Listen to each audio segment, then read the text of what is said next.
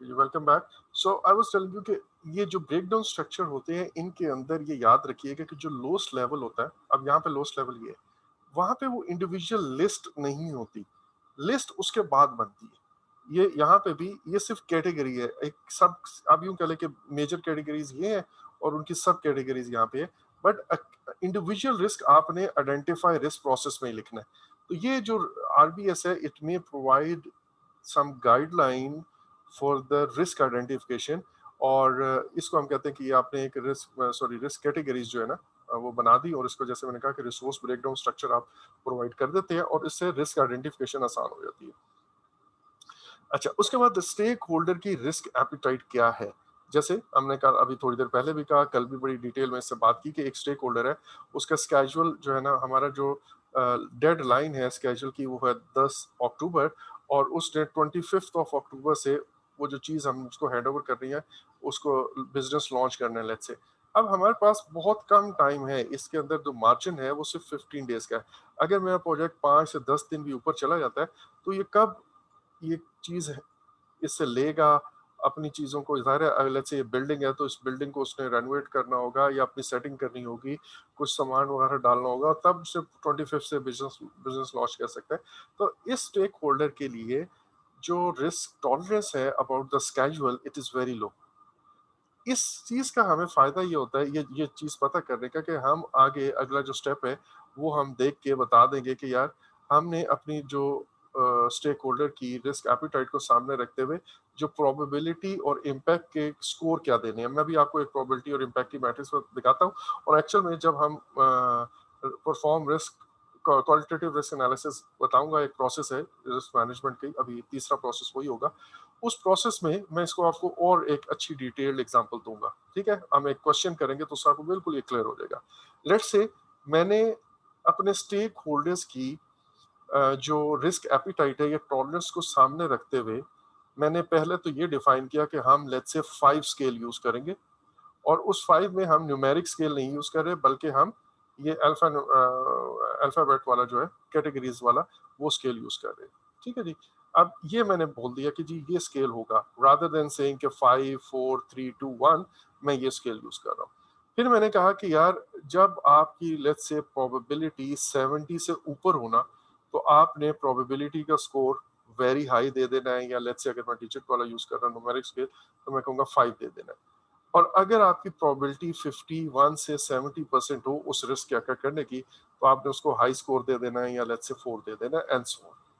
इसी तरह मैं कहता हूँ टाइम के बारे में सूरत हाल ये है कि अगर मेरे प्रोजेक्ट के ऊपर कोई रिस्क ऐसा है जिसकी वजह से 6 मंथ का डिले आना का डर है आपको, तो आपने उसको वेरी हाई स्केल देना है, या आपने उसके इम्पैक्ट को 5 स्केल देना है।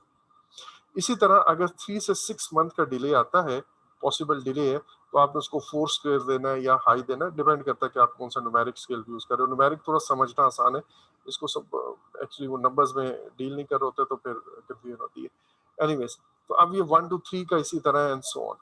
अच्छा, अब कॉस्ट के बारे में कहता है कि एनीथिंग अगर मेरा बजट से ओवरशूट कर गया 5 मिलियन से ऊपर, तो मैं उसको कहूंगा कि यह हाई प्रायोरिटी रिस्क है, या सॉरी, इसका इसका जो इम्पैक्ट है वो 5 है। और इसी तरह अगर इसके दरमियान है तो इम्पैक्ट 4 एंड सो ऑन। सो मैं अपनी प्रोबेबिलिटी एंड इम्पैक्ट की डेफिनेशन बता रहा हूँ। अब प्रोबेबिलिटी तो ज़ाहिर है रिस्क की अक्रेंस की एक ही होगी थ्रू आउट, मतलब चाहे वो टाइम के लिए हो, चाहे कॉस्ट के लिए हो, चाहे क्वालिटी के लिए हो, रिस्क की जो चांस है अकर करने का वो तो एक ही स्कोर रहेगा। लेकिन अब यहाँ पे जो इम्पैक्ट है ना, वो इम्पैक्ट किसी प्रोजेक्ट ऑब्जेक्टिव पे होता है, या टाइम पे, या कॉस्ट पे, या क्वालिटी पे। तो हम उसी के मुताबिक हर किसी की अलग अलग डेफिनेशन लिखते हैं। फॉर एग्जांपल लेट्स से मेरा जो कस्टमर है या जो मेरा स्टेक होल्डर है, वो टाइम के बारे में तो इतना स्ट्रिक्ट नहीं है, लेट्स से, या वो टाइम के बारे में बहुत स्ट्रिक्ट है और कॉस्ट के बारे में फ्लेक्सिबल है। 5 मिलियन से तक तो उसे वो वेरी हाई समझ ही नहीं रहा। ठीक है, और कैजुअल में वो सिर्फ 6 मंथ ऊपर चला गया, तो उसको उसको इशू हो सकता है। तो based on their risk appetite या risk tolerance about time, based on stakeholders' risk tolerance or appetite about cost, based on stakeholders' risk appetite or tolerance about quality, we have defined these scores. अब इसका फायदा ये होगा कि qualitative risk analysis जब आप करेंगे, जहां पे आपने एक्चुअली हर रिस्क को एक प्रोबेबिलिटी का स्कोर असाइन करना है और एक इम्पैक्ट का स्कोर असाइन करना है कि इस रिस्क की होने की प्रोबेबिलिटी इतनी है एंड इस रिस्क के होने का इम्पैक्ट कितना है। तो वो असेसमेंट करने के लिए ये टेबल बड़ा काम आएगा, rather than just assuming at your own कि यार इससे मेरा ख्याल है 80% जो है ना, लेट्स से इसकी प्रोबेबिलिटी है तो इसको मैं यूं करता हूँ 4 दे देता हूँ। दूसरा बंदा जो है वो 80% पे हो सकता है 5 दे रहा हूँ। ठीक है, सो हमने उनको बता दिया कि भाई अगर आपकी नजर में प्रोबेबिलिटी 70% से ऊपर है ना, तो आपने उसको 5 ही देना है। तो ये एक आप कह लें कि वो सब्जेक्टिविटी इसमें से खत्म हो गई और इसके अंदर ऑब्जेक्टिविटी ऐड हो गई। सब्जेक्टिविटी मींस एक सब्जेक्टिव ओपिनियन है, हर किसी का अपना ओपिनियन हो सकता है, उसको हमने हटा के एक स्टैंडर्ड ऑब्जेक्टिव मेथड कर दिया। इससे ऊपर है तो यही स्कोर होगा भाई, खत्म बात। ठीक है, सो मैंने अपनी रिस्क, ये सेंटेंस आपके जहन में हमेशा रहना चाहिए कि हम जो स्टेक होल्डर्स है, ये लाजमी याद रखिएगा, स्टेक होल्डर्स की जो रिस्क एपिटाइट या रिस्क एटीट्यूड या रिस्क टॉलरेंस, इनको यूज करते हुए हम अपनी प्रोबेबिलिटी एंड इम्पैक्ट की डेफिनेशन डिफाइन करते हैं। ठीक है, अच्छा, और यही क्या कहते हैं, अगर मैं ये कहूँ कि उनकी जो रिस्क एपिटाइट या रिस्क टॉलरेंस है, वो तो एक वर्बल सी एक सब्जेक्टिव सी बात होगी कि यार ही और she is very टची about so and so thing. He is very touchy about or very sensitive about the cost variation. लेकिन उसको जब हम ऑब्जेक्टिव मेथड में ट्रांसलेट करते हैं कि यार ये सिर्फ वेग सी बात करने के बजाय कि वो बहुत सेंसिटिव है, मुझे ये बताओ कि स्कोर्स की टर्म्स में वो कितना होगा, तो हम वो डेफिनेशन जो है ना यहाँ पे इस तरह ड्राइव कर लेते हैं। अच्छा, अब डेफिनेशन, अच्छा ये मैंने बता दिया आपको कि आपने कौन कौन सा स्किल यूज करना है, और प्रोबेबिलिटी एंड इम्पैक्ट मैट्रिक्स की भी मैंने आपको बात बताई कि हम प्रोबेबिलिटी एंड इम्पैक्ट मैट्रिक्स कैसे यूज करते हैं। अगेन कल मैंने आपको एक एग्जांपल दी थी, लेकिन हम इसको इससे हमें फायदा ये होता है कि जैसे ये मैं कहूँ कि यार ये वाले जो रेड वाले हैं, ये स्कोर जो है ये हाई प्रोबेबिलिटी वाले हैं, या सॉरी हाई प्रोबेबिलिटी रिस्क है, जिन जिन रिस्क का स्कोर ये रेड कैटेगरी में फॉल कर रहा है उनको हम हाई प्रोबेबिलिटी रिस्क करेंगे। अगेन जैसे मैं आपको, जब हम क्वालिटेटिव रिस्क एनालिसिस अभी पढ़ेंगे इंशाल्लाह थोड़ी देर में, तो उसमें मैं आपको एक एग्जांपल करवाऊंगा, तो आपको ये सारा सारे का सारा प्रोबेबिलिटी एंड इम्पैक्ट स्कोर वो क्लियर हो जाएगा। ये मैंने आपको कल एक प्रोबेबिलिटी एंड इम्पैक्ट स्कोर की वो ड्रॉ भी करके दिया था। यहाँ पे उन्होंने प्रोबेबिलिटी को 9 वो परसेंटेज में लिखा हुआ है, लाइक वो जो प्रोबेबिलिटी के बारे में याद रखिएगा, ये 0 से लेकर 1 तक हम गिनते हैं, लाइक 0.1, 0.2 एंड इस तरह करके, या फिर हम परसेंटेज में करते हैं कि 0% और से लेकर 100% प्रोबेबिलिटी। ठीक है, अगर मैं कहूँ किसी चीज के होने की प्रोबेबिलिटी 90% है, या मैं उसे कहूँ कि उसकी प्रोबेबिलिटी 0.9 है, it's one and same thing.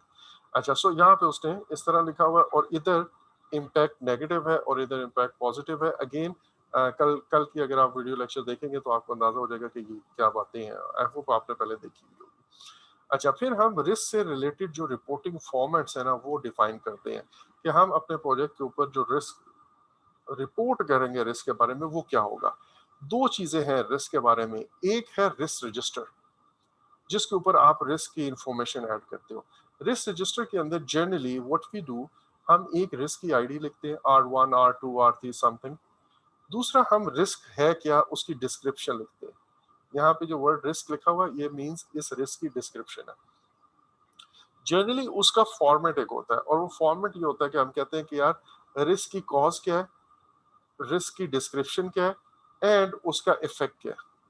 That means यहाँ पे मैं लिखूंगा यार ये अगर risk there is a chance कि ये रिस्क अकर कर सकता है, तो पहली बात आगे बढ़ के मैं देखूंगा उसका इफेक्ट क्या है, और बैकवर्ड देखूंगा कि यार ये किस वजह से रिस्क हो सकता है। ये है एक कॉज, और उसके बाद आगे जाके यहाँ पे आप देखिए एक और है जिसको आप रूट कॉज भी कहते हैं। रूट कॉज बेसिकली मैं आपको एक दो एग्जांपल्स दिखाऊंगा कि कॉज से क्या मुराद है और रूट कॉज से क्या मुराद है। अच्छा, अब रूट कॉज का जानने का हमें फायदा ये होता है कि मैं अगर लेट्स से मेरे 10 रिस्क है और उन 10 रिस्क के पीछे एक ही रूट कॉज है, तो मैं अगर रूट कॉज को एड्रेस कर लेता हूं तो ये मेरे 10 के 10 रिस्क अवॉइड हो जाते हैं। ठीक है, सो रूट कॉज आइडेंटिफाई करने का ये फायदा है। तो हम अपने रिस्क रजिस्टर का एक फॉर्मेट डिफाइन कर देते हैं प्लान के अंदर, और जनरली मतलब कुछ इस किस्म का होता है। पहली बात, मेरा रिस्क क्या है, उसका इफेक्ट क्या होगा, और वो किस किस ऑब्जेक्टिव को इफेक्ट कर रहा है, कॉस्ट को इफेक्ट कर रहा है, टाइम को इफेक्ट कर रहा है, क्वालिटी को कर रहा है, कस्टमर सेटिस्फेक्शन को कर रहा है, किस किस को कर रहा है। अच्छा, इधर फिर मैं आगे और बढ़ता हूँ और मैं कहता हूँ कि इसकी स्ट्रैटेजी क्या होगी। वो जो मैंने आपको कल 5 6 7 8 स्ट्रैटेजीज बताई थी कि मैं मिटिगेट कर दूंगा, मैं अवॉइड कर दूंगा, मैं रिस्क को ट्रांसफर कर दूंगा, पॉजिटिव रिस्क के केस में मैंने कहा मैं रिस्क को शेयर कर दूंगा, मैं रिस्क को इनहेंस कर दूंगा, ठीक है, और मैं रिस्क को एक्सप्लॉइट करूंगा, या अगर मेरे रीच से बाहर है तो मैं रिस्क को एस्केलेट कर दूंगा। वो स्ट्रैटेजी यहाँ लिखते हैं और आगे अपने एक्शन सोचे थे कि क्या क्या एक्शन हम लेंगे, लेट्स से अवॉइड करने के लिए एक्शन क्या है, वो हम यहाँ पे प्लान करते हैं। फिर उसका पहले स्टेप पे हम एक पोटेंशियल रिस्क ऑनर डिफाइन करते हैं। पहले स्टेप पे जब हम रिस्क आइडेंटिफाई कर रहे होते हैं तो एक जनरली हम कहते हैं कि यार मे बी आईटी मैनेजर इसको देखेगा। वो एक रफ आप कह लें कि मैं एक स्टेक होल्डर जो है ना ऑनर लगा देता हूँ। दूसरी बात, मैं यहाँ पे ये जो रिस्पॉन्स अभी प्लान कर रहा हूँ ये भी इनिशियली मेरा एक रफ प्लान है, अगर मेरे माइंड में कोई है। अगर नहीं है एट दिस स्टेज तो मैं इसको बिल्कुल खाली छोड़ दूंगा, क्योंकि ये मैं अभी तो हम प्लान के अंदर से फॉर्मेट दे रहे हैं, ठीक है। ये फॉर्मेट जो है ये फॉलो होगा। अगेन जैसे ही मैं अगला प्रोसेस आपको आइडेंटिफाई रिस्क पढ़ाऊंगा तो मैं उसके अंदर ये फॉर्मेट विद एग्जांपल्स आपको सारा समझाता हूँ। दूसरी एक और चीज होती है रिस्क रिपोर्टिंग से के चक्कर में, जिसको हम रिस्क रिपोर्ट कहते हैं। रिस्क रिपोर्ट बेसिकली एक समरी है, और समरी किस चीज की है, हमारे रिस्क की। फॉर एग्जांपल मैं कहूँ कि जी कमिंग मंथ में ये जो अब हमारा मंथ स्टार्ट हो रहा है उसमें इतने रिस्क जो है वो हाई प्रायोरिटी के, इतने रिस्क जो है ना वो लेट्स से लो प्रायोरिटी के हैं, इतने रिस्क अभी ओपन है, इतने रिस्क पिछले मंथ के हैं वो क्लोज हो गए हैं एंड सो ऑन। और फिर वो जो चीधा चीधा रिस्क है जिनका मैंने यहाँ पे समरी दी हुई है उनको मैं यहाँ पे कुछ ना कुछ इन्फॉर्मेशन दे देता हूँ, ठीक है। इसका भी मैं फॉर्मेट आपको थोड़ी देर में दिखाता हूँ जैसे मैं आइडेंटिफाई रिस्क प्रोसेस होगा। लेकिन ये फॉर्मेट मेरे प्लान का हिस्सा बन जाते हैं ताकि सब लोग फिर एक ही तरह से रिस्क को आइडेंटिफाई करें। उनको एक गाइडलाइन मिल जाती है कि इस फॉर्मेट में मुझे रिस्क रजिस्टर पे रिस्क लिखने हैं और इस फॉर्मेट पे मुझे रिस्क रिपोर्ट भेजनी है, ठीक है। तो उसका फॉर्मेट आप यहाँ पे डिफाइन कर देते हो। Finally trekking.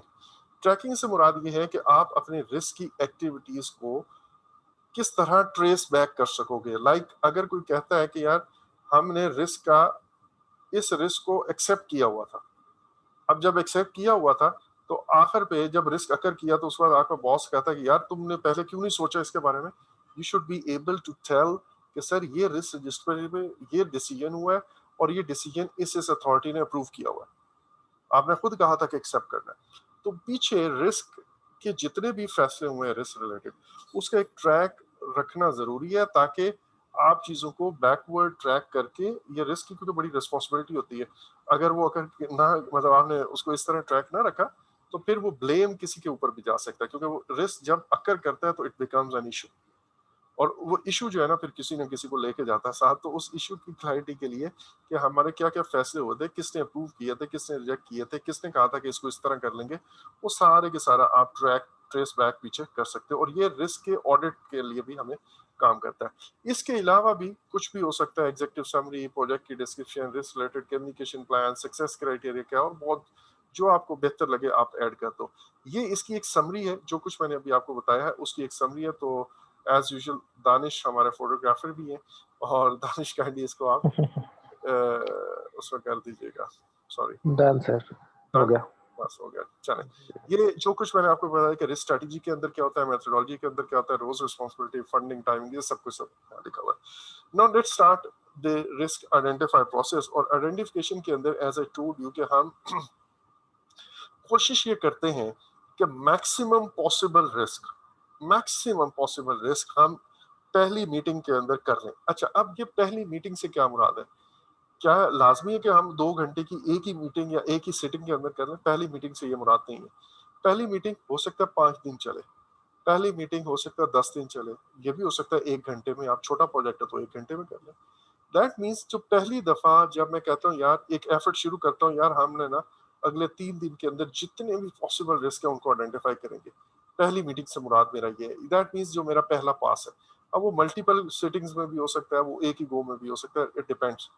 तो आप मैक्सिमम कोशिश करते हो कि मेरे रिस्क आइडेंटिफाई हो जाए। उसके बाद आपको जैसे मैंने कहा कि एक फ्रीक्वेंसी आप डिफाइन करते हो कि हर 15 दिन बाद, हर 20 दिन बाद जितने रिस्क पॉसिबल हैं आप उनको आइडेंटिफाई कर लो। इसमें ये आपने नहीं देखना कि यार ये तो बहुत माइनर सा रिस्क है, मैं क्यों लिखूं। Right it. आपने सरप्राइजेस, प्रोएक्टिव अप्रोच का मतलब ये है कि आप अपने रिस्क प्रोजेक्ट के ऊपर सरप्राइजेस अफोर्ड नहीं कर सकते हो। आप ये कहते हो कि अगर कोई रिस्क मुझे ड्रॉप करना है ना खुद, कि यार ये रिस्क छोटा है, तो मैं उसको खुद सोच समझ के मीटिंग के अंदर डिसाइड करके हम उसको ड्रॉप करें, या हम उसको वॉच लिस्ट पर डालें। ये ना कहूं कि यार ये छोटे मोटे रिस्क तो छोड़ो छोड़ो, हमने इनको इग्नोर कर देते हैं। हो सकता है वो छोटा मोटा रिस्क बाद में जाके बड़ा बन जाए। इसलिए वी वांट कि हम उसको लिख जरूर लें, और इसको हम ऑब्जर्वेशन पे रख लेंगे। कोई रिस्पॉन्स नहीं बना रहे, इसको कम नहीं लगा रहे, लेकिन ऑब्जर्वेशन पे हम जरूर रखेंगे। सो ये है identify risk as a whole. लेकिन आप ये देखें कि ये जो कोर टीम है, अभी तक हमारी प्लानिंग टीम है, वो इसको स्टार्ट करती है, लेकिन बाज दफा ऐसा होता है कि आपको डेडिकेटेड रिस्क टीम जो एक्सपर्ट्स हैं इस फील्ड के, उनको भी बुला के ये काम कर सकते हो कि जो रिस्क आइडेंटिफाई कर दें हमें। अच्छा, उसके बाद जैसे मैंने कहा कि रिस्क वाली एफर्ट जो है वो आपने आइट्रेट करनी है, बार बार इसको दोहराते रहना है, ताकि आप अपने नए से नए रिस्क जो है ना उनको देखते रहो। अच्छा, अब हमारे पास एक चीज ये याद रखिए, दो हमने कल कॉन्सेप्ट पढ़े थे। एक हमने कहा था कि इंडिविजुअल रिस्क है, और दूसरा sources of overall project risk. हमें ये भी देखना है कि individual risk and sources of overall project risk ये क्या बुला है। मेरे पास जितने भी इंडिविजुअल रिस्क होते हैं, उन रिस्क का कंबाइंड जो इफेक्ट आता है ना आपस में इंटरेक्शन करके, वो हम कहते हैं कि ये मेरा ओवरऑल रिस्क है। अच्छा, अब बाज दफा ऐसा होता है कि इंडिविजुअल रिस्क बजाते खुद इतने बड़े नहीं होते, लेकिन दो से तीन रिस्क आपस में जब रिलेट करते हैं तो it becomes an atom bomb for the product.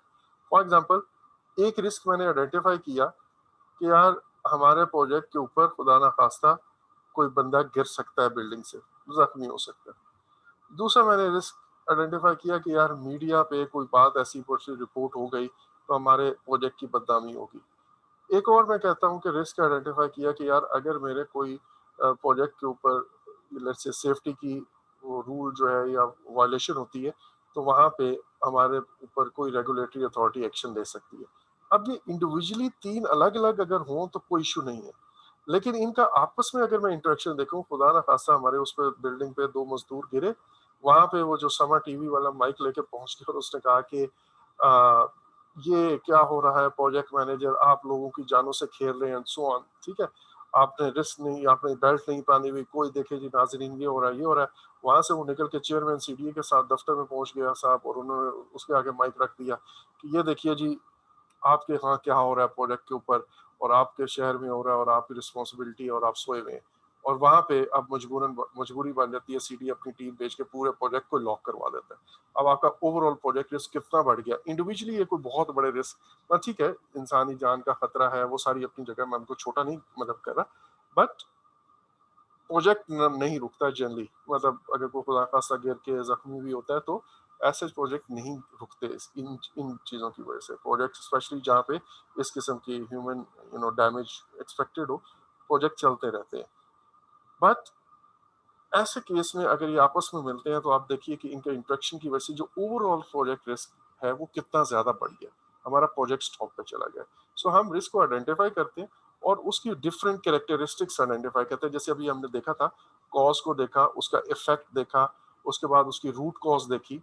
ठीक है, वो हम एक खास फॉर्मेट में, और फॉर्मेट हमें मिल जाता है बेसिकली रिस्क मैनेजमेंट प्लान के अंदर लिखा हुआ। फिर मैंने कहा कि एट दिस स्टेज आप कुछ risk owners, potential risk owners identify stakeholder sorry risk करते ही, जैसे ही आपने रिस्क आइडेंटिफाई किया तो हमने कहा कि यार मे बी ये शख्स जो है या ये डिपार्टमेंट इस रिस्क को देखेगा। लेकिन जब अगला प्रोसेस हम परफॉर्म क्वालिटेटिव रिस्क एनालिसिस करते हैं ना, वहां पे फिर हम उस ओनर को एक्चुअली नॉमिनेट करते हैं। एट दिस स्टेज हम एक रफ में भी कर दे, हो सकता है आगे अगले प्रोसेस में वही शख्स और डिपार्टमेंट या मोहतरमा वही जो है ना as a risk response owner जो है वो नॉमिनेट हो जाए। लेकिन ये भी हो सकता है कि अगले स्टेज पे जब हम इस प्रोसेस पे आए परफॉर्म क्वालिटेटिव रिस्क एनालिसिस पे, तो ये मेरा कुछ और ओनर मैं यहाँ पे नॉमिनेट कर दूं, ठीक है। फॉर एग्जांपल, बल्कि मैं आपको थोड़ी देर में आगे बताता हूँ, एक और पॉइंट है रिस्क ओनरशिप के बारे में। अच्छा, एक है रिस्क रिस्पॉन्सेज जो है, वो भी आप इस स्टेज पे again potential initial risk response अगर आपके माइंड में है तो आप लिख लें, लेकिन एक्चुअल में आप जब प्लान रिस्क रिस्पॉन्सेज वाले प्रोसेस पे जाओगे, असल रिस्पॉन्स आप तब प्लान करोगे। यहाँ पे आप मे बी एक स्ट्रेटजी सिर्फ लिख देते हो कि we need to avoid this at all cost, ठीक है। कोई इस तरह से आपने मेंशन कर दिया, कोई आपके माइंड में एक्शन भी आगे आ रहा है तो आप जरूर मेंशन कर दो, लेकिन एक्चुअल में वो प्लान रिस्क रिस्पॉन्स प्रोसेस के वक्त इस चीज को आप एक्चुअल रिस्पॉन्स प्लानिंग करोगे। बट इनिशियल रिस्पॉन्स अगर कोई माइंड में आ रहा है तो आप अभी स्टेक और सॉरी जब रिस्क आइडेंटिफाई करते हो उसी वक्त रिस्क रजिस्टर पर चढ़ा देते हो, ठीक है। रिस्क रजिस्टर का हमने फॉर्मेट देखा, और इसी तरह हमने रूट कॉज की बात की कि रूट कॉज अगर मुझे पता हो तो उसका फायदा ये होता है कि जब मैं रिस्पॉन्स प्लान कर रहा हूँ तो मैं ये देखूंगा कि यार कितनी कौन सी ऐसी रूट कॉज अगर मैं वो खत्म कर दूं तो मेरे बहुत सारे रिस्क खत्म हो सकते हैं। सो एट दिस स्टेज हम एक बहुत लंबी लिस्ट मैक्सिमम पॉसिबल रिस्क हम आइडेंटिफाई करेंगे, उनकी रूट कॉजेज हमें पता होंगी, कुछ पोटेंशियल रिस्क ओनर्स, हर रिस्क के लिए मैं लिख लूंगा रिस्क ट्रिगर कंडीशन क्या है। ट्रिगर कंडीशन हुआ है कि अगर वो अकर कर जाएं तो वी मस्ट थिंक कि अब रिस्क अकर करेगा। अगर बादल नजर आ गए आपको तो इसका मतलब है कि बारिश होने वाली है, ये एक ट्रिगर कंडीशन, ठीक है। बैड वेदर की एक ट्रिगर कंडीशन, या आपने एक फ्लड का रिस्क आइडेंटिफाई किया हुआ तो रेनी सीजन जैसे ही एक्सट्रीम रेन्स स्टार्ट होगी तो आप कहोगे कि यार ये ट्रिगर हो गया रिस्क, अब ये किसी वक्त भी फ्लड आ सकता है, ठीक है।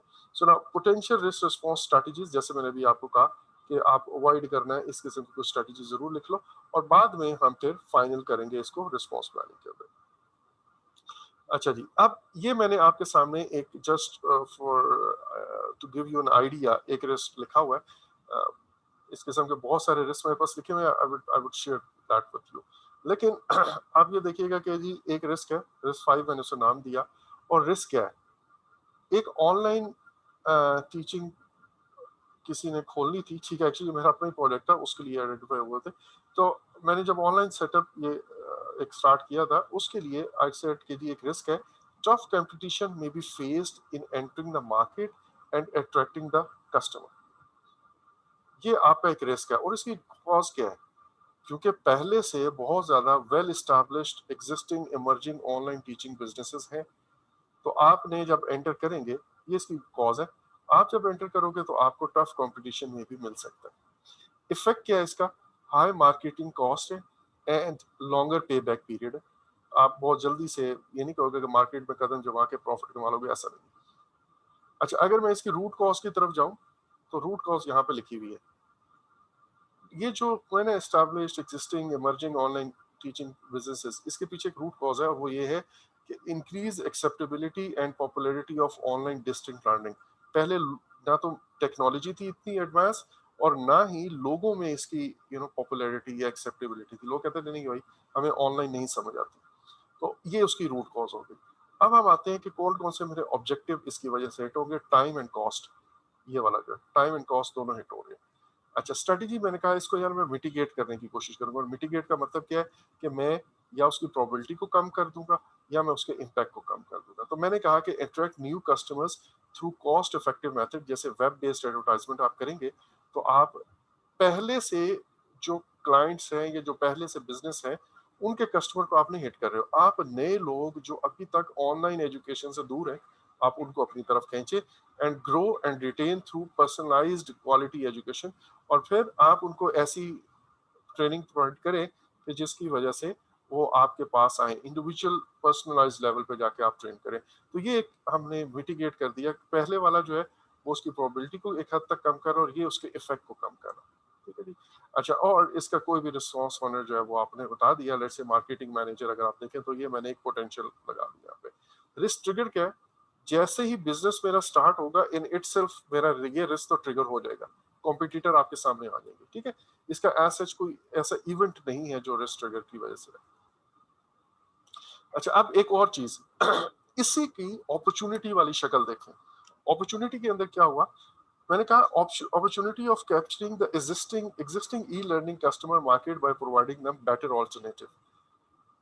जहां मेरे पास पहले से ई बिजनेसेस मार्केट में हैं, ये एक थ्रेट है, वहां पे ये मेरे लिए एक अपॉर्चुनिटी भी है। व्हाई? बिकॉज अगर पूरी मतलब पहले ई बिजनेस कोई कर सॉरी ई लर्निंग वाला कोई काम होता ही नहीं था, तो स्टूडेंट जाहिर है मेरे पास ई लर्निंग के कस्टमर मार्केट में एग्जिस्ट ही नहीं करते थे। सब लोग लाइव सेशंस के आदी थे और लाइक फेस टू फेस जो है ना एजुकेशन के आदी थे, और उन्हें ऑनलाइन सेशन से दे वर नॉट वेरी कंफर्टेबल, तो इसकी मार्केट थी नहीं। अब मेरे पास एक बनी बनाई मार्केट है, तो मैं इस अपॉर्चुनिटी को कैप्चर करूं, चाहे वो किसी और कॉम्पिटिटर के पास गेम है, but I can capture this by providing them with a better alternative. So I would like कि मैं इस एलिमेंट को, इस मार्केट को एक्सप्लॉइट करूं, मैं किसी तरह इसको कैप्चर करूं। ठीक है, बाकी रीजनिंग वही है, मैं इसको आगे छोड़ देता हूं। लेकिन target existing customer through web based targeted advertisement and use quality education. अब आप देखिए कि वही चीज जो नेगेटिव उसका एस्पेक्ट था वो मेरे लिए थ्रेट था, उसी चीज का पॉजिटिव जो एलिमेंट है वो मेरे लिए एक अपॉर्चुनिटी है। ठीक है, अगेन बाकी सारी चीजें वही है, लेकिन ये है एक रिस्क रजिस्टर का फॉर्मेट, और ये मुझे प्लान के अंदर दे दिया। तो इस प्लान के अंदर लेने से मुझे ये आइडिया हो गया कि ये इस तरह मुझे अपने रिस्क करने हैं। अब इसके लिए इनपुट्स में हूँ, मैंने आपको पहले बता दिया कि इसका क्या होगा, इनपुट क्या क्या है, प्रोजेक्ट मैनेजमेंट प्लान, और इसके अंदर स्पेशली जो रिस्क मैनेजमेंट प्लान है जिसके अंदर ये सारे फॉर्मेट्स लिखे हुए हैं, रिस्क आइडेंटिफिकेशन कब कब होनी है, ये सारे का सारा मुझे मेनली वहां से मिलेगा। उसके बाद है प्रोजेक्ट डॉक्यूमेंट्स, और इन डॉक्यूमेंट्स के बारे में स्पेशली जो अजम्पशन लॉग है, बहुत लंबे चौड़े डॉक्यूमेंट में भी आपको बताता हूँ। अजम्पशन लॉग के बारे में we have already covered. Lesson learn register भी मैंने कहा ये एक्सटेंडेड है। कुछ बातें और, cost and duration estimate. Duration and cost estimate के अंदर अनसर्टेनिटी होती है, एक रेंज होती है, और आपको कल मैंने आपको बताया था कि एक वेरिएबिलिटी टाइप का रिस्क था जिसमें हमने ये अनसर्टेनिटी का जिक्र किया था। तो मुझे रिस्क आइडेंटिफाई करने हैं, तो मैं कॉस्ट एंड ड्यूरेशन एस्टिमेट से रिलेटेड रिस्क देखूंगा कि यार कॉस्ट के अंदर क्या क्या वेरिएंसेस पॉसिबल है। इसी तरह जो इशू लॉग है, इशू लॉग जहां जहां इश्यूज अकर किए हुए हैं वहां पे जाहिर है पोटेंशियल रिस्क भी मेरे पास होंगे। एक प्रॉब्लम हल्का फुल्का कहीं रेज हुआ हुआ है, तो I would like to note it down, क्योंकि उस प्रॉब्लम से आगे बड़े रिस्क जन्म ले सकते हैं। इसी तरह रिक्वायरमेंट डॉक्यूमेंटेशन, रिक्वायरमेंट से रिलेटेड जितने भी रिस्क है वो मुझे पता चलेंगे, रिसोर्सेज से रिलेटेड जितने भी रिस्क है वो पता चलेंगे, स्टेक होल्डर का अभी मुझे आपको मैंने बताया कि वो एटीट्यूड और उस तरह की चीजें हमें पता चलती है, रिस्क एपिटाइट जो है वो पता चलता है। फिर एग्रीमेंट एंड प्रोक्योरमेंट डॉक्यूमेंटेशन। अब यहाँ पे दो एंगल है, एक वो कि मैं बल्कि आपको सॉरी बताता हूँ, काफी अरसे से मैंने ये डायग्राम बनाई नहीं थी तो आज फिर बना लेते हैं। वो ये कि एक ऑर्गेनाइजेशन है और इसका प्रोजेक्ट है, और उसने ये प्रोजेक्ट इस ऑर्गेनाइजेशन को कहा कि आउटसोर्स कर दिया कि आप ये प्रोजेक्ट करें हमारे लिए। अब इन दोनों के दरमियान जो बाइंडिंग डॉक्यूमेंट है that is a contract. Agreement कह लें या कॉन्ट्रैक्ट कह लें, एग्रीमेंट थोड़ा सा डिफरेंट है, मैं प्रोक्योरमेंट के अंदर आपको बताऊंगा। Agreement generally within organisation होता है, contract external to the organisation. अच्छा, अब ये कॉन्ट्रैक्ट, इन दोनों के दरमियान जो बाइंडिंग डॉक्यूमेंट है वो कॉन्ट्रैक्ट है। इसी तरह जब मैं प्रोजेक्ट कर रहा हूँ, इस प्रोजेक्ट पे कुछ पार्ट्स हो सकता है मैं भी आगे आउटसोर्स करूँ, और यहाँ पे इन दोनों के दरमियान भी कोई एग्रीमेंट या कॉन्ट्रैक्ट होगा, मेरी ऑर्गेनाइजेशन जो प्रोजेक्ट कर रही है एंड ये जो सेलर है या जो मेरा कॉन्ट्रैक्टर है वो मुझे कुछ दे रहा है।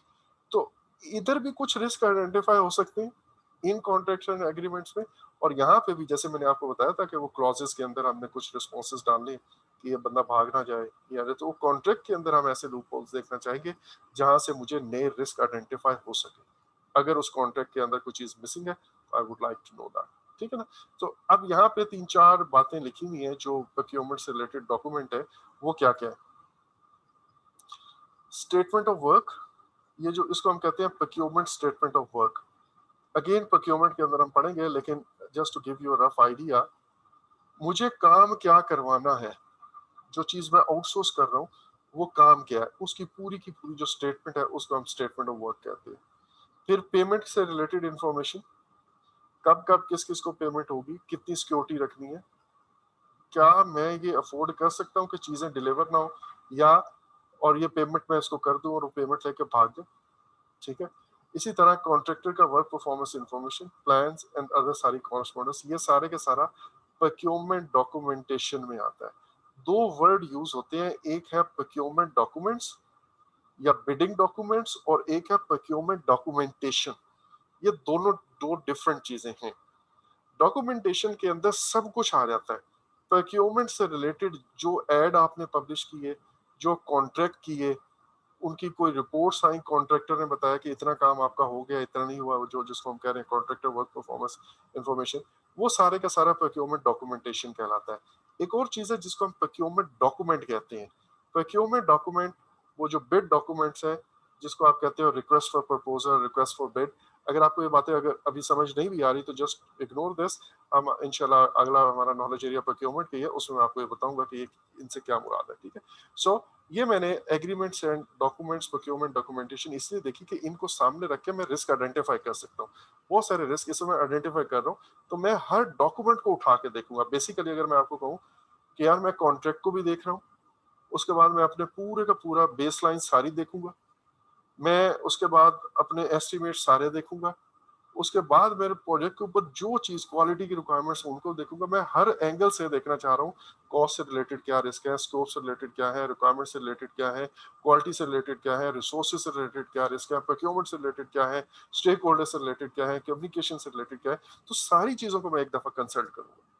जो किताबें मेरे पास पढ़ी हुई हैं, जो डॉक्यूमेंट्स पढ़े हुए, मैं सबको कंसल्ट करूंगा। इसके अलावा मार्केट में एक खास मतलब आपको कमर्शियल डाटाबेसेस मिलते हैं, जहाँ पे ये वाली चीज आपको मैंने जब हम कॉस्ट के एस्टिमेट कर रहे थे वहां पे बताई थी कि मार्केट के अंदर कुछ डेटाबेसेस, कमर्शियल डेटाबेसेस मिलते हैं जिसमें आपको लेबर के रेट्स वगैरह मिल जाते हैं। बिल्कुल इसी तरह कुछ रिस्क के डेटाबेसेस हैं। अब आई विश कि आपको ये ना इसकी डेप्थ का अंदाजा हो। तो this is such a powerful tool, लेकिन ये बहुत एक्सपेंसिव चीज है। ये बहुत चेकलिस्ट की तो खैर है, लेकिन ये जो रिस्क डेटाबेसेस है ना, ये बहुत ही एक्सपेंसिव है। मैं अभी आपको अगर ये बताऊं, सिंपली एक चीज बताऊं कि मेरे पास पिछले 10 साल का अगर रेन का डाटा पता चल जाए, पिछले 10 साल का मुझे जो मंथली बेसिस पे गोल्ड के रेट्स ऊपर नीचे हैं उसका डाटा पता चल जाए, मुझे अपने प्रोजेक्ट के ऊपर जो 50 डिफरेंट किस्म का मटेरियल यूज होना है उसका डाटा पता चल जाए कि प्राइसेस कैसे वेरी करती रही हैं। तो ये सारे के सारे बहुत सारी चीजें मुझे risk factors, risk response planning और रिस्क के बारे में, स्पेशली जो क्वांटिटेटिव रिस्क एनालिसिस है उसके करने में बड़ी हेल्पफुल होता है। But this is an expensive deal again. फिर कोई एकेडमिक स्टडीज होती हैं, कोई रिसर्च पेपर है, कोई पब्लिश हुए हैं, उनसे आपको पता चल जाता है रिस्क क्या क्या है। बेंच मार्किंग के रिजल्ट, अगेन बेंच मार्किंग के अंदर आप दूसरे अपने कॉम्पिटिटर्स को या इंडस्ट्री के अंदर रेलेवेंट लोग जो ये काम कर रहे हैं, उन्होंने कुछ कंक्लूजन निकाले हुए कि यार इस इंडस्ट्री में इस तरह के रिस्क आते हैं generally. Industry studies of similar projects, और जैसे ये भी एकेडमिक स्टडीज है और ये फील्ड स्टडीज है, जिनके अंदर ये आपको result, sorry, different possible risk जो है ना वो बता सकते हैं। ओपीएस के अंदर project files including actual data, जैसे मैंने कहा कि पिछले प्रोजेक्ट का जो डाटा है वो आपको पता चलता है कि उनका रिस्क क्या क्या अकर किए, या उन्होंने कौन से ऐसे रिस्क हैं जो आइडेंटिफाई नहीं किए थे, हम कर लेते हैं, और या उन्हें बाद में इशू के तौर पे एकदम से इमर्ज हुए, उनके लिए वो अननोन अननोन अकर किए लेकिन हम चाहेंगे कि उनको पहले से लिख लें। रिस्क स्टेटमेंट फॉर्मेट क्या होगा, अगर प्लान के अंदर नहीं लिखा हुआ तो यहाँ से हम देख लेंगे। इसी तरह checklist from previous similar projects, को चेकलिस्ट बनी हुई है। चेकलिस्ट से मुराद ये है कि आगे हम अभी टूल एंड टेक्निक में पढ़ेंगे भी, कि मेरे पास ये चेकलिस्ट आई और उसने कहा कि यार ये तकरीबन, आप अगर हमारी ऑर्गेनाइजेशन जो है ना वो घरों की कंस्ट्रक्शन में इन्वॉल्व है, तो हर डिफरेंट पुराने जितने भी प्रोजेक्ट्स हैं उनको सामने रखते हुए उन्होंने एक रिस्क की लिस्ट बना ली। उन्होंने कहा तकरीबन ये 1500 के करीब रिस्क है, और यही अकर करते हैं हर दफा, मोर और लेस इन्हीं में से कोई ना कोई होता है। तो मेरे पास ये रिस्क आ जाती चेकलिस्ट, इसको मैं देख के यूँ अपने अपने प्रोजेक्ट से रिलेटेड कि यार ये वाला हमारे प्रोजेक्ट पे एप्लीकेबल है या नहीं है, ये वाला है या नहीं है, तो इन 1500 की एक चेकलिस्ट आ जाती है। तो मेरे लिए रिस्क आइडेंटिफिकेशन थोड़ा सा कन्वीनियंट हो जाता है। बट इसका एक इसके अंदर एक फ्लॉ भी है, इसकी एक नेगेटिविटी भी है, वो भी मैं आपको ये टूल्स एंड टेक्निक्स में बताता हूँ। अच्छा, ये जो आपके सामने लिखा हुआ है ना, ये है इन जर्नल कि मैं रिस्क आइडेंटिफिकेशन कैसे करूंगा। मैं इंटरव्यूज करूंगा उन लोगों के, इंटरव्यू से मुराद को मतलब बाहर में ऐड देके सूटेड बूटेड वो वाला इंटरव्यू नहीं है। आई वुड मे बी मैं किसी के दफ्तर में, साथ ही मेरे ऑफिस की जो केबिन है उसमें चला गया और मुझे पता है कि वो एक एक्सपीरियंस प्रोजेक्ट मैनेजर है या उन्होंने पहले इस तरह के प्रोजेक्ट डील किया, उनसे जाके बात कर। That is an experience, interview of experience people and experts. That means interview होगा एक्सपर्ट जजमेंट यूज होगी। फिर पीपल में सिट टुगेदर, या इस तरह पर्सनल नहीं तो हम एक छोटा सा कॉन्फ्रेंस रूम में बैठ गए, वहां पे आप मीटिंग्स को ना रिस्क वर्कशॉप भी कहते हैं, जो रिस्क रिलेटेड मीटिंग उनको रिस्क वर्कशॉप भी कहते हैं। और वहां पे हम बैठ के सोचते हैं कि यार क्या करेंगे। अच्छा, अब जब ये मीटिंग होगी या लोग इकट्ठे होंगे तो वहां पे कोई इंटरपर्सनल एंड टीम स्किल्स चाहिए। मसलन आपको उस मीटिंग को कंडक्ट करने के लिए, लोगों को इन्फ्लुएंस करने के लिए, उनके जो एग्रीमेंट्स सॉरी डिसएग्रीमेंट है उनको रिजॉल्व करने के लिए, जाहिर है हर कोई चाहेगा कि यार वो हाईलाइट करना चाहेगा कि यार ये मेरे से रिलेटेड जो रिस्क है ये बड़ा सीरियस है, और दूसरा भी कहेगा नहीं भाई मेरे वाला रिस्क सीरियस है। अच्छा, इसी तरह आप लोगों के दरमियान जो डिफरेंट डिसएग्रीमेंट्स है और ये जो मैंने आपको कहा बाइसेस हैं, अपने रिस्क को हर कोई सीरियस लेता है, तो उसकी बाइसनेस को डील करने के लिए आपको कोई मॉडरेटर चाहिए होगा मे बी, या उस मीटिंग को कंडक्ट करने के लिए कोई मॉडरेटर चाहिए होगा, वो या फैसिलिटेटर आप कह लें वो चाहिए होगा, वो बेसिकली उसको इंटरपर्सनल टीम स्किल्स पे अबूर होना चाहिए। अच्छा, अब ये चाहे मीटिंग की फॉर्म में हो या चाहे इंटरव्यू की फॉर्म में, इसके अंदर हम क्या करेंगे? कुछ करेंगे हम डाटा गैदर। डाटा गैदर कैसे हो सकता है? ये आपने कलेक्ट रिक्वायरमेंट में भी पढ़ा हो पहले, कि मैं ब्रेनस्टॉर्मिंग और क्वालिटी के अंदर भी पढ़ा। ब्रेनस्टॉर्मिंग, सोचेंगे, बैठेंगे, लोग ओपिनियन देंगे, हम नोट डाउन करते रहेंगे। बनी बनाई चेकलिस्ट, ठीक है। चेकलिस्ट के अंदर जैसे अभी मैंने आपको थोड़ी देर पहले कहा कि आपने पिछले प्रोजेक्ट से कुछ चेकलिस्ट बनाई हुई है। अगेन इनके मैं अभी फायदे नुकसान बताता हूँ थोड़ी देर में आपको। उसके बाद प्रॉम्प्ट लिस्ट, प्रॉम्प्ट लिस्ट की भी मैं आगे अभी थोड़ी देर में डिटेल बताता हूँ अगली स्लाइड पे। फिर हम डाटा गैदर करेंगे या फिर डाटा का एनालिसिस करेंगे। अब डाटा एनालिसिस क्या है? कोई रूट कॉज एनालिसिस, कि यार पॉसिबल रीजंस क्या क्या हो सकती है। मैंने एक रिस्क कहा कि यार ये इक्विपमेंट या प्रोजेक्ट के ऊपर लेट्स से फला चीज का प्रॉब्लम आ जाता है। अब मैं कहता हूँ यार इसके पीछे पॉसिबल कॉजेज दिखाओ, क्योंकि मुझे वो रूट कॉज लिखनी है, मुझे कॉजेज लिखनी है, तो वो मैं बैकवर्ड इसको देखूंगा। Assumption and constraint analysis. अच्छा, अब ना अजम्पशन एंड कंस्ट्रेंट एनालिसिस के बारे में कुछ चीजें याद रखें। अजम्पशन अगर मेरी गलत साबित हो जाए तो इट बिकम्स अ रिस्क। इसको बेशक कहीं नोट कर लीजिएगा। अजम्पशन अगर मेरी गलत साबित हो जाए तो इट बिकम्स अ रिस्क। अच्छा, और दूसरा, अगर कंस्ट्रेंट मेरे लिफ्ट हो जाए तो it's an opportunity for me. तो मैं ये इंश्योर करना चाहूंगा कि मैंने जो अजम्पशंस की हुई हैं वो अजम्पशन वैलिड रहें, वो इनवैलिड ना हो जाए या वो गलत ना हो जाए। Otherwise it it will be risky for me. मैंने एक चीज अस्यूम की हुई है और वो ना हुई तो जाहिर है मेरा प्रोजेक्ट खराब हो जाएगा। दूसरा, कंस्ट्रेंट के केस में I would try to find out ways to lift those constraints, क्योंकि जैसे वो कंस्ट्रेंट लिफ्ट हो गए ना तो मेरे पास अपॉर्चुनिटीज खुल जाती हैं, एंड उन अपॉर्चुनिटीज को जिनको हम पॉजिटिव रिस्क कहते हैं मैं कैप्चर करना चाहूंगा। ठीक है, सो इस तरह हम इनको देखते हैं। फिर इसी तरह स्पॉट एनालिसिस है, strength weaknesses opportunities and threat का। अगेन अपॉर्चुनिटीज एंड थ्रेट तो इसके अंदर है ही। और डॉक्यूमेंट एनालिसिस, डॉक्यूमेंट्स कौन से हैं? ये जो अभी मैंने कहा, मैं अपने रिस्क मैनेजमेंट, सॉरी यार, okay it's too low now battery. अच्छा, मैं अपने डॉक्यूमेंट्स का एनालिसिस करूंगा कि अभी जो मैंने अपने एग्रीमेंट या कॉन्ट्रैक्ट की बात की, मैंने कहा मैं अपनी बेस लाइंस को देखूंगा, मैं अपने एस्टिमेट्स जो मैंने बनाए उनको देखूंगा। सो ये सारी की सारी बेसिकली मेरे पास डॉक्यूमेंट्स हैं जिनके अंदर से मैं रिस्क को ढूंढने की कोशिश कर रहा हूँ। अल्टीमेट मेरा एम ये है कि मैंने रिस्क देखने हैं, और मैंने जैसे कहा कि वो हम सारे के सारे डॉक्यूमेंट्स को देख के उसमें से रिस्क आइडेंटिफाई करेंगे। तो ओवरऑल तो ये है, लेकिन जरा इन टूल्स एंड टेक्निक्स को अब जरा एक और एंगल से देखते हैं। ब्रेनस्टॉर्मिंग क्या है? ये एक आइडिया बाउंसिंग मैकेनिज्म है। एक बंदा एक आइडिया देता है, उससे एक और आइडिया जनरेट रहता है, उससे एक और आइडिया जनरेट होता है।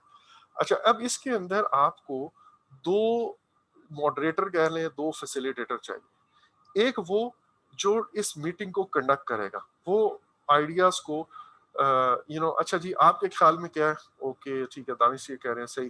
तो उमर साहब आपके एरिया में भी कोई ऐसा है इशू? एरिया से यहाँ पे मुराद है आपके डिपार्टमेंट से रिलेटेड भी, ठीक है, कोई आपके माइंड में आ रहा है वहां से और आगे बात है। तो एक शख्स है वो जो इस चीज को फैसिलिटेट कर रहा है और इस सेशन को कंडक्ट कर रहा है, और दूसरा वो कि जो कोई नोट करे इसको। नोट साथ के साथ आपने लाजमी करना है, अदरवाइज तो जाहिर है वो बोलते चले जाएंगे तो फिर आखिर में बहुत सारी चीजें फिर मिस हो जाएंगी।